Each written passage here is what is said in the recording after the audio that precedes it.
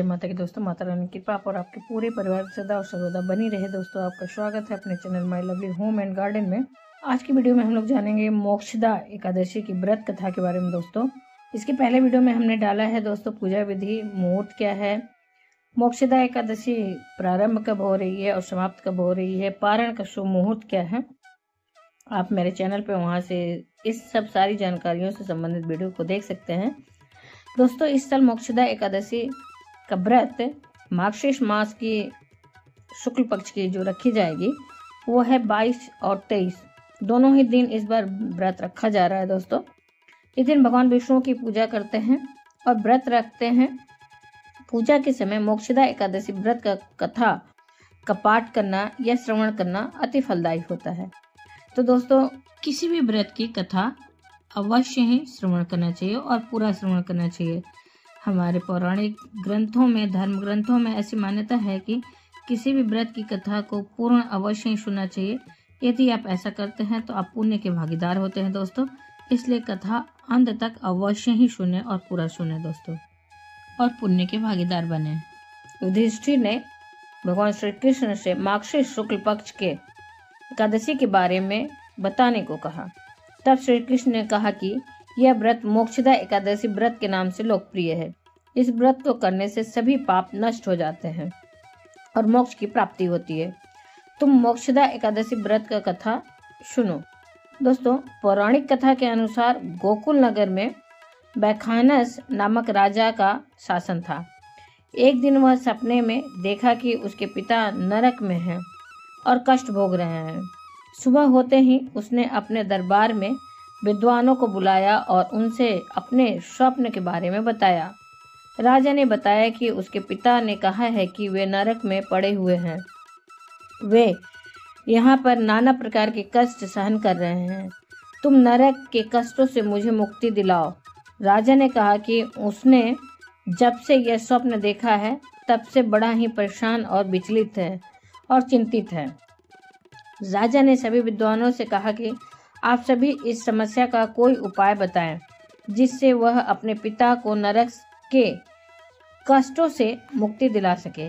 यदि पुत्र अपने पिता को ऐसी स्थिति से मुक्ति नहीं दिला सकता है तो फिर उसका जीवन व्यर्थ है। एक उत्तम पुत्र ही अपने पूर्वजों का उद्धार कर सकता है। राजा की बात सुनने के बाद सभी विद्वानों ने कहा कि यहाँ से कुछ दूर पर ही पर्वत ऋषि का आश्रम है। वे त्रिकालदर्शी हैं, उनके पास इस समस्या का समाधान अवश्य ही होगा।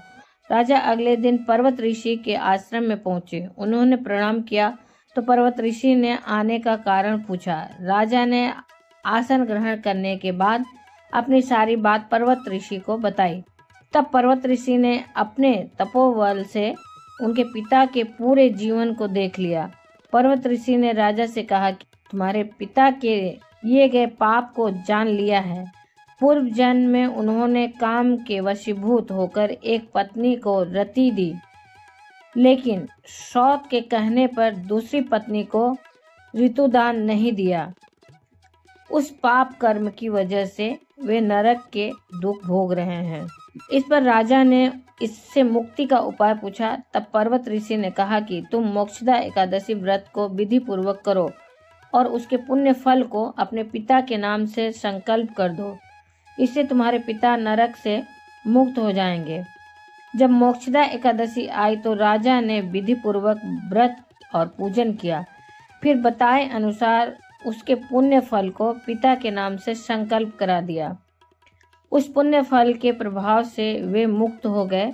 उन्होंने अपने पुत्र से कहा कि तुम्हारा कल्याण हो। इसके बाद वे स्वर्ग चले गए। जो भी इस व्रत को करता है उसे मोक्ष की प्राप्ति होती है। दोस्तों, ये तो रही मोक्षदा एकादशी की व्रत कथा। दोस्तों, एकादशी व्रत का बहुत ही महत्व होता है और एकादशी व्रत को करने से श्री हरि विष्णु और माता लक्ष्मी का विशेष आशीर्वाद प्राप्त होता है। इससे पापों का तो होता ही, साथ में आपको मोक्ष की प्राप्ति भी होती है और साथ ही आप इसके पुण्य फल को जिसके भी नाम से संकल्पित करके किसी को भी पुण्य के लिए दान कर सकते हैं और उसे मोक्ष की प्राप्ति दिला सकते हैं। दोस्तों, ये बहुत ही महत्वपूर्ण व्रत है। उम्मीद करते हैं इस व्रत की जानकारी आपको अच्छी और उपयोगी लगी होगी। कथा आपको अवश्य ही सुनना चाहिए दोस्तों। किसी भी व्रत की कथा पूजा के बाद अवश्य ही सुनना चाहिए। यदि आप ऐसा करते हैं तो आपको बहुत ही ज़्यादा पुण्य की प्राप्ति होती है। फिर मिलते हैं दोस्तों एक नई जानकारी के साथ नए वीडियो में। उम्मीद करते हैं इस वीडियो की जानकारी आपको अच्छी और उपयोगी लगी होगी। अगर अच्छी और उपयोगी लगी तो लाइक तो अवश्य ही करिए। आप पहली बार मेरे चैनल पर आए हैं तो मेरे चैनल को सब्सक्राइब करिए, बेल नोटिफिकेशन अवश्य ही दबाइए, जिससे आने वाली वीडियो आपको समय से प्राप्त हो सके। दोस्तों कोई भी प्रश्न या सुझाव हो तो कमेंट बॉक्स में लिख सकते हैं। फिर मिलते हैं नई जानकारी के साथ नए वीडियो में। तब तक के लिए जय माता की, माता रानी की कृपा और आपके पूरे परिवार पर सदा और सर्वदा बनी रहे दोस्तों। धन्यवाद दोस्तों।